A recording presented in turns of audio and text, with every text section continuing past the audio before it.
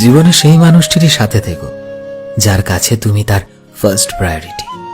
মামুনের মাকে গাড় ধাক্কা দিয়ে বাসা থেকে বের করে দিয়েছে বাড়িওয়ালা। কারণ বাসা ভাড়া নাকি 4-5 মাস ধরে দিতে পারে না, আর সেজন্য ঘাড় ধাক্কা দিয়ে বাসা থেকে বের করে দিয়েছে। এখন গাড়টি বুসকা নিয়ে গ্রামের বাড়িতে চলে যাচ্ছে মামুনের মা আর মামুনের পুরো পরিবার।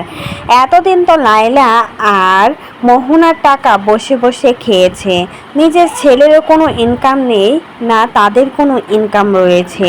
শুধুমাত্র মেয়ে ব্যবসা করেই কিন্তু ইনকাম দিয়ে চলতো মামুনের পুরো পরিবার। এখন সেটাও বেচতে গিয়েছে, কারণ নিজের ছেলের বউ এবার আসল রূপ সবার সামনে বের করে দিল। আর এজন্যই ক্ষিপ্ত হয়ে বাড়িওয়ালা বাসা থেকে বের করে দিয়েছে মামুনের পুরো পরিবারকে। আর সেজন্য গাছটি বুসকা নিয়ে আবারও চলে যাচ্ছে গ্রামের বাড়িতে। এতদিন বুড়ি সুখে শান্তিতে ছেলে আর ছেলের বউয়ের উপর নির্ভর করে তাদের গাড়ির উপর বসে বসে খেয়েছিল।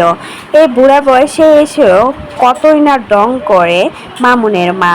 এতদিন শোনা গিয়েছিল মামুনের বাবা নাকি দুনিয়া ছেড়ে অনেক আগেই চলে গিয়েছে, আর এখন সেটাও মিথ্যা প্রমাণিত হয়ে গেল। মামুনের বাবা এখনো জীবিত আছে, আর তারও চরিত্র ঠিক মামুনের মতোই। কাজের মেয়ে কেউ ছাড়ে নাই মামুনের বাবা। সব কিছুই এবার সবার সামনে আস্তে আস্তে বেরিয়ে আসলো। লাইলাকে ধরে 2 কোটি টাকা খেয়েছে লাইলার কাছ থেকে, মোহনাকে ধরে মোহনার কাছ থেকে 40 লাখ টাকা খেয়েছে। তারপরেও কিন্তু মেয়েদেরকে ছাড়ে নাই প্রিন্স মামুন আর তার পরিবার। প্রিন্স মামুন নাকি তৃতীয় বিয়ে করেছিল ইকরাকে, যেই ইকরার কাছ থেকেও নাকি অনেক টাকা খেয়েছে প্রিন্স মামুন।